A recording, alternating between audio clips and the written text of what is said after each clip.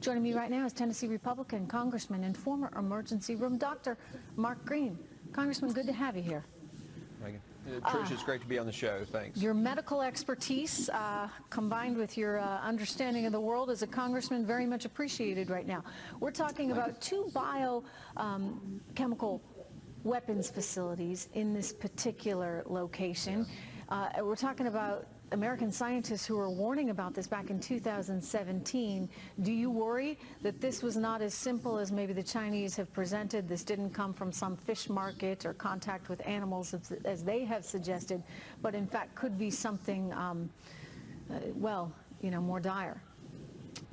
Well, there's certainly reason to be suspicious. You know, the U.S. State Department last year said that there was concern that China could be using biological weapons. Of course, they're a signature in the convention that says they won't use them, but the State Department voiced some concerns last year. We do know that the Beijing laboratory did leak some SARS virus a couple of different times. So there's reasons to be suspicious, but there's no specific evidence that suggests right now we can make that conclusion about this particular new coronavirus. So right now I think we should be suspicious. We should do some investigating, but there's no specific evidence.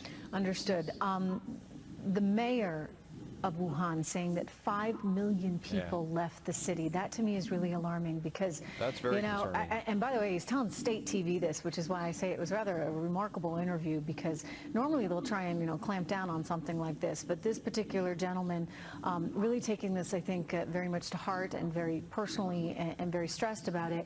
You know, China wants us to believe that they have it contained. If 5 million people, 5 million have left and symptoms don't arise for 2 weeks, is it really contained?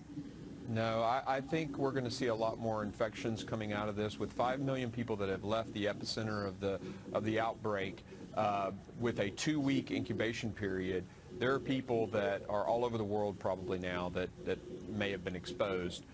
We just need to be very cautious going forward.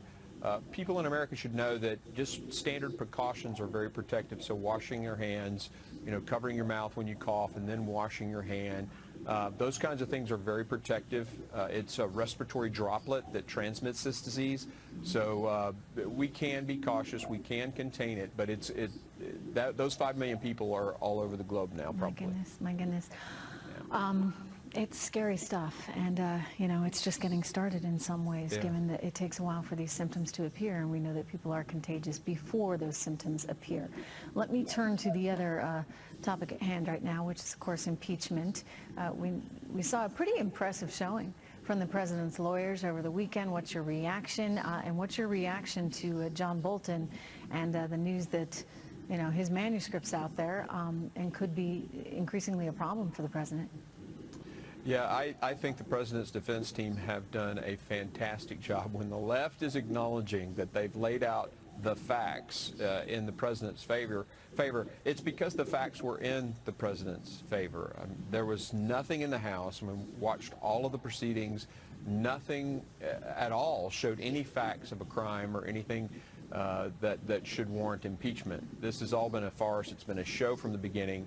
And I think even when the left is, the media, the fake news is out there saying the president did a good job. It's time for the left to move on. That, right? Exactly.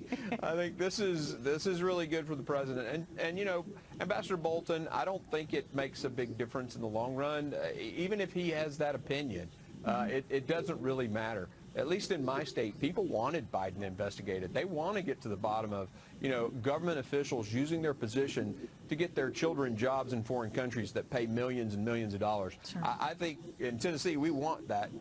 Well, Lindsey Graham has suggested there should be an investigation. I assume you agree with that, Congressman. I mean, figure out just exactly what the heck was going down.